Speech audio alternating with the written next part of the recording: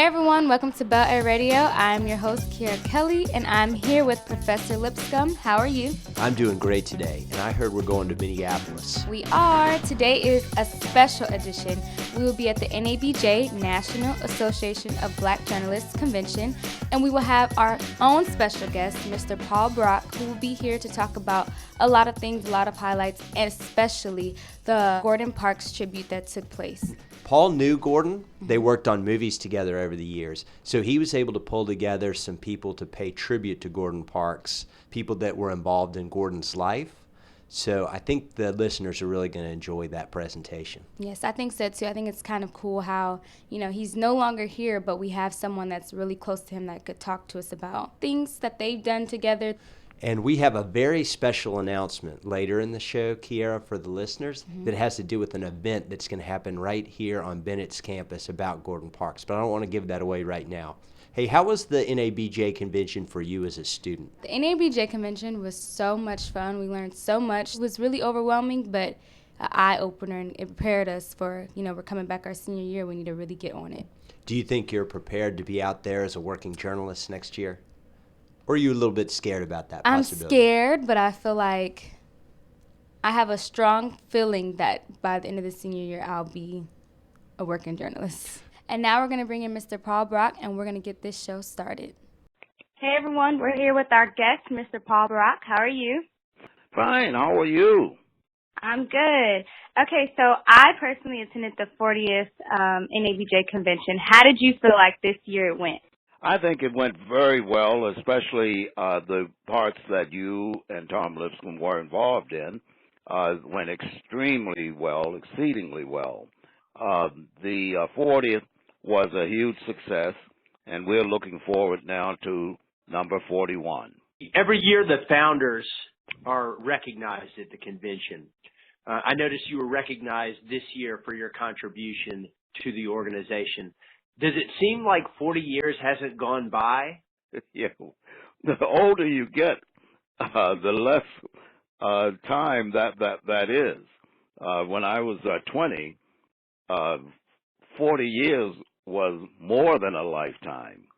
Today, at my age, I see it as a very small part of my life, 40 years.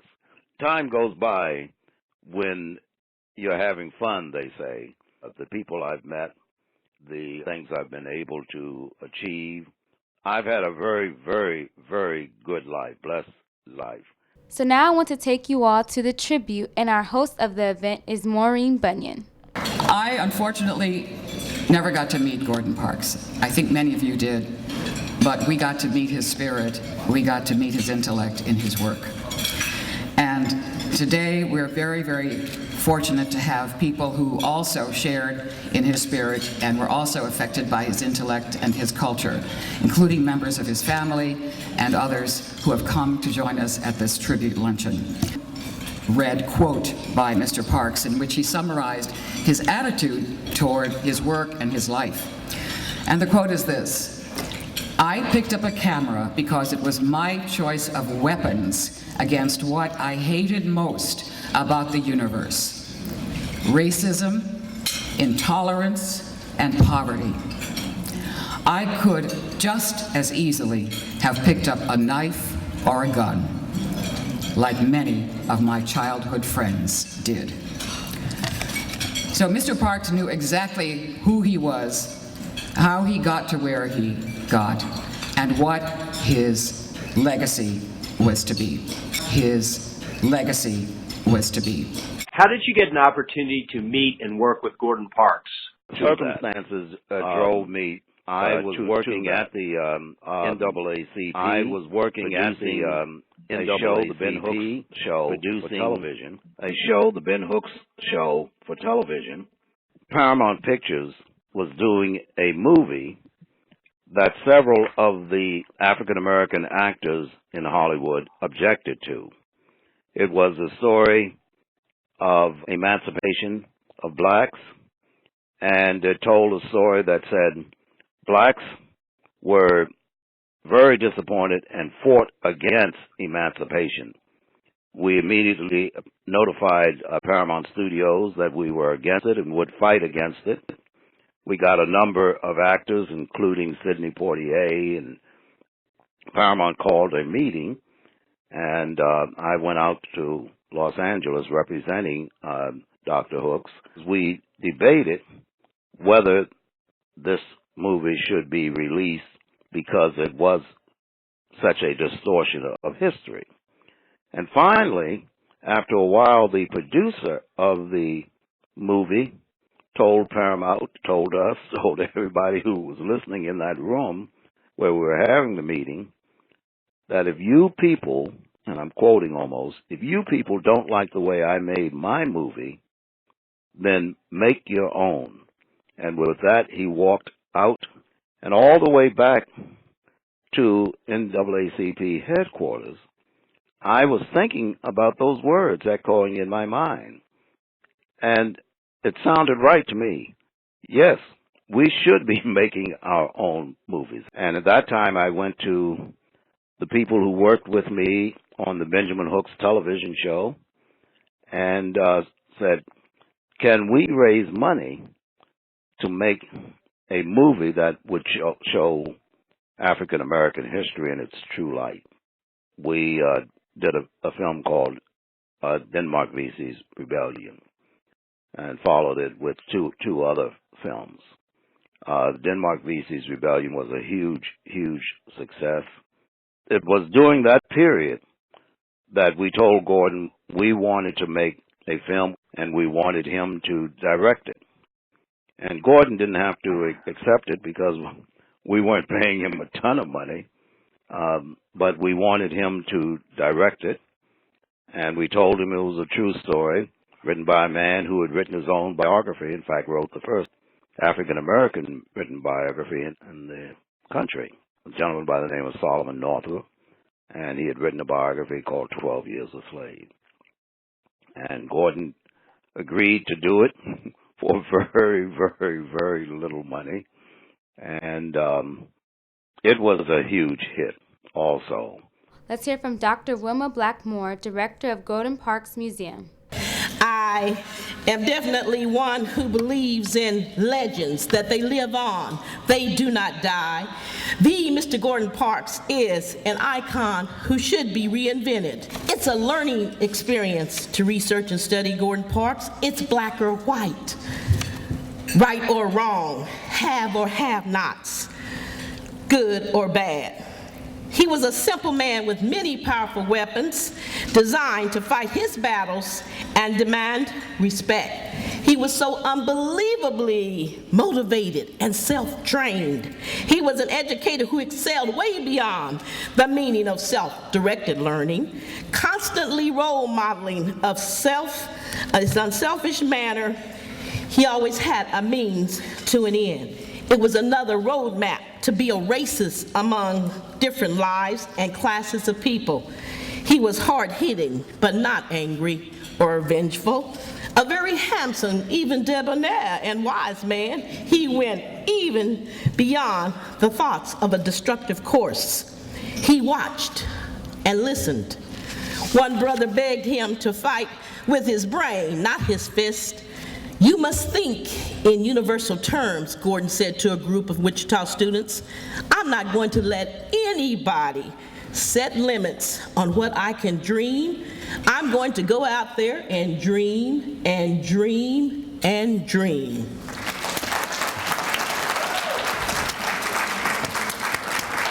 Who were some of the people that you wanted to be the presenters during this tribute? Well, I wanted us to focus more on the work that Gordon had done as a Hollywood director, writer. And so it was to take another look at diversity efforts in Hollywood. The only jobs an African American could get, they had to be able to tap dance or be a comedian and roll their eyes and buckle their knees to show how afraid they were of ghosts or something similar to that. Gordon challenged that whole thing. So it made sense that he should be one of our heroes. but I found out that a number of people have forgotten about Gordon and what he had done. I just felt that Gordon deserved this credit, and I was going to do everything I could to try to get it, but also to point out that over the years, we had not come miles. It was more like inches. There were people who supported that idea. They wanted to support Gordon. Lou Gossett paid his own way. He got a few roles. Gordon had interceded and said, well, why don't you try Lou Gossett, the young man, Lou Gossett? Because of that, Lou got a particular role, and he wanted to talk about it. Now we have award-winning actor Louis Gossett Jr. Hello, good afternoon, y'all. It's one of my favorite subjects is Gordon Parks. When I was a young person, I started at the age of 17. I was wondering who this guy was with this mustache and this cowboy hat and this pipe. And the two of us in a room with the two flies and the buttermilk. And so finally he told me, it's a tough uphill climb, and choose your battlefield. And I chose my battlefield and he did his, and both was in film. Choice of roles and stuff. And I hope I did a pretty good job in my choice.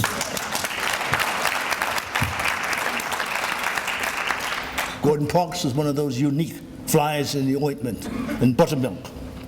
And I guess I was, and Sidney Poitier and Harry and all of us.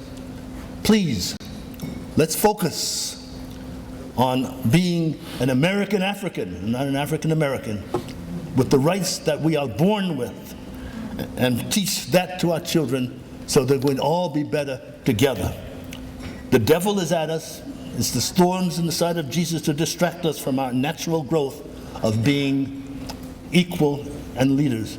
Let's pay no attention to that challenge. That's right. And continue on to the promise that Dr. King and Nelson Mandela, no matter what happens, we are heir apparent to be the inevitable contributor to the whole of American society. Without it, nobody wins. If we're not doing that, we all may as well be in the 747 airplane. It's at 37,000 feet, plummeting to the ground, it's going to crash. And people inside the plane are fighting over who's going to be in first class. Thank you. The Secretary of HUD, who I work with on other ventures because I'm very interested in housing in underserved areas, I knew very well. And he said he was going to be in Minneapolis and whether he could speak at the luncheon, and I told him I'd be happy to have him. So now we are back in Minneapolis, and we are going to hear from Secretary of Housing and Urban Development, Julian Castro. I'm someone as well who has had a profound respect for the work of Gordon Parks, and I'm happy to be here today to help honor him. And in all seriousness, the man that we're honoring today dedicated his life to telling important stories, especially the stories of Americans who needed a champion the most. Little black girls in sundresses looking longingly through a chain link fence at a whites-only playground. Tenant farmers in rural Alabama whose labor is being exploited by landowners and whose rights are being denied by those in power. A black boy choosing the white doll when he's asked which of these dolls is smart and which of these dolls is pretty. And the Fontenelle family in a crumbling Harlem tenement, including a young boy, Richard, whose lips are swollen and cracked from eating plaster in an attempt to ward off hunger. And today, in 2015, for us, the question each of us must answer is, what will we do with the images of our time? Gordon Parks was many things. He was a father and a son. He was a photographer and a filmmaker. He was also a trailblazer. And in this room today, There are so many folks who know exactly how he must have felt. The challenge for all of us is, how do we use our talent and our intelligence and our passion and our ability to make the same kind of difference that Gordon Parks made? On that journey, I wish you much success, because the truth is that when you succeed in that, this great country of America succeeds as well. Thank you very much. Gordon always rebelled and spoke out, and somehow during that period he was listened to. He shot some of the most important shots for Life magazine and Time magazine during World War II, especially in the Italian campaign. Some of his best shots tell a story without saying a word, just showing a photo of the degradation of segregation and what it was doing to this country, not only hurting blacks but hurting whites in this country, and hurting the country itself.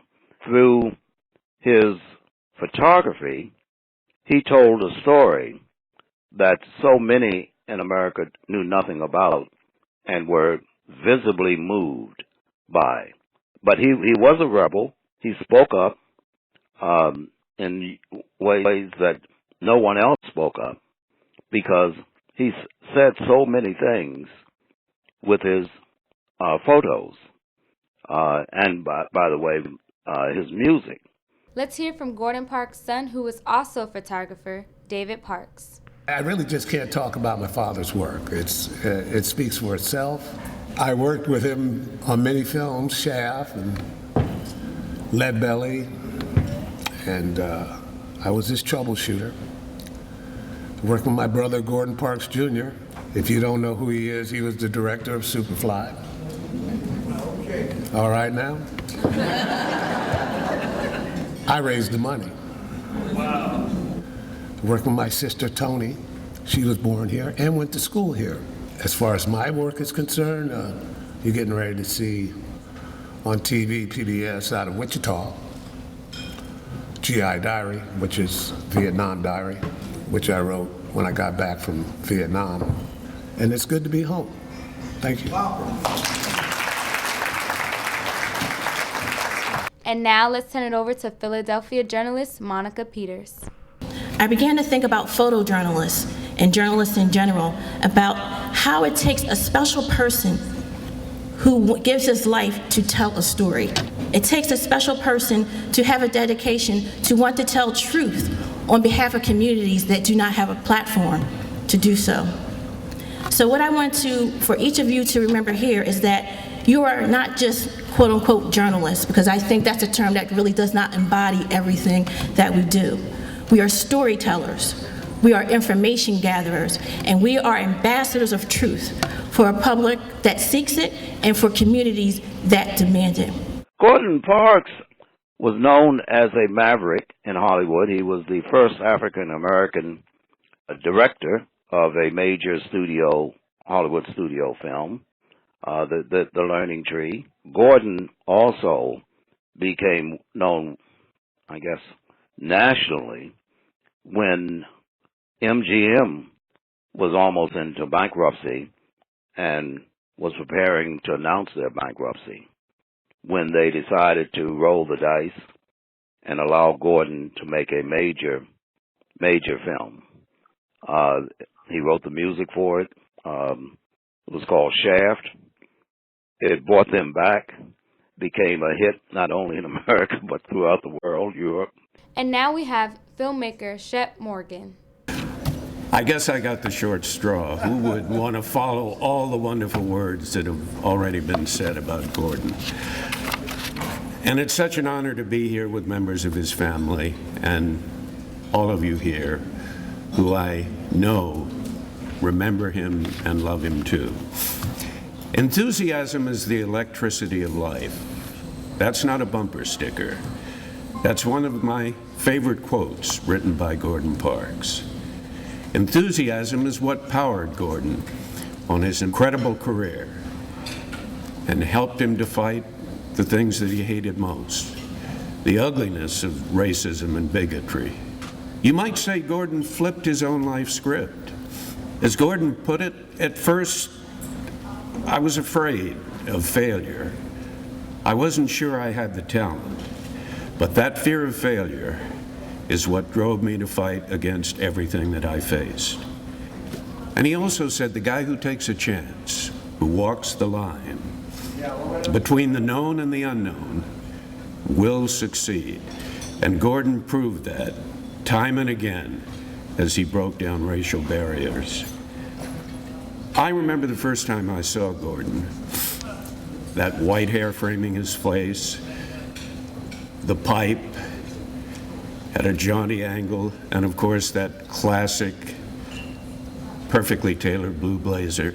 You couldn't take your eyes off him, and he knew it sometimes. He knew it. But Gordon had the ability to fill a room or to disappear into a crowd. And that's what gave him the power to take those powerful images that we all remember and that we all look at. He was as comfortable with the rich and famous as the down and out. He went from Paris and Rome to Harlem and to the mean streets of Montgomery. What to conquer next? Why not Hollywood? Well, it was pretty much of a closed community then, but I guess nobody had told Gordon, because he had written a novel called The Learning Tree, and he had a meeting with Ken Hyman, the president of Warner 7 Arts, and he said, we met for about 15 minutes. 15 minutes. He said, Ken told me that he liked my photos, he loved my book. 15 minutes later, Gordon became the first black American to direct a motion picture in Hollywood history. And of course, he went on to direct Shaft, making Richard Roundtree the baddest black hero ever. And the door was open for a new era of blaxploitation films. I don't think Gordon was ever comfortable with that term, blaxploitation, but he didn't apologize for the popularity of John Shaft. He said kids from the ghetto were coming downtown to see their hero. Here was a black man on the screen they didn't need to be ashamed of. After Shaft and Shaft's big score, I think Gordon wanted to move away from just being the black director of black films. At the time, we were developing a series for PBS on forgotten black heroes important to the history of slavery. One of them was Solomon Northup. And we said, gee, whatever happened to Gordon Parks? I wonder if he'd be interested. So we sent him the script written by Sam Art Williams, and I knew he was intrigued, but we had a meeting and he said, okay, how much is there to finance this film if I direct it? And I had to tell him the truth, about $1 million. He laughed and he said, who's going to pay the actors? But he signed on anyway, and I think it was probably partly because of the importance of telling the story of a black man forgotten, and there are many who need to be remembered. While some were raising their voices, Gordon raised his camera and pointed it toward our hearts. He left behind what he found, a legacy for us to ponder. And he left behind something else, a trail for others to follow, not just young black men, but young men and women everywhere. The image of Gordon I keep in my heart is on the Kansas prairie when we were filming a documentary about him. The sun was rising, and over a hill came Gordon on his horse, his cowboy hat cocked at a jaunty angle and that pipe still in his mouth. As he rode toward us, the rays of morning sun backlit him so beautifully that I know he'd wished he could have taken that shot. And I thought of the last thing he wrote. I've known both misery and happiness, lived in so many skins, it's impossible for one skin to claim me.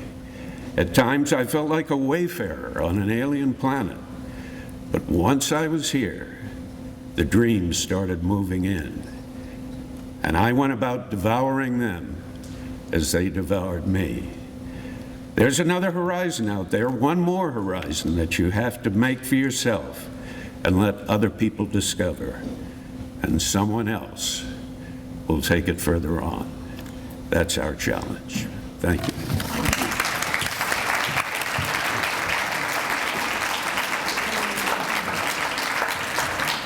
Okay, Professor Lipscomb, you promised us a surprise, so what is it?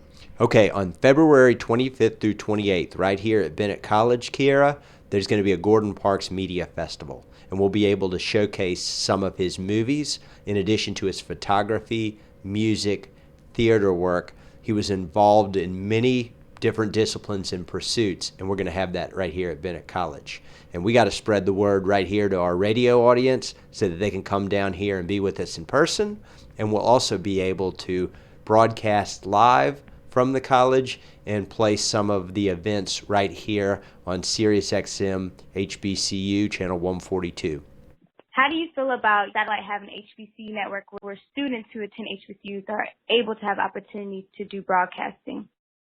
I think it's a wonderful idea. I think it's very, very important for them to step out on that idea.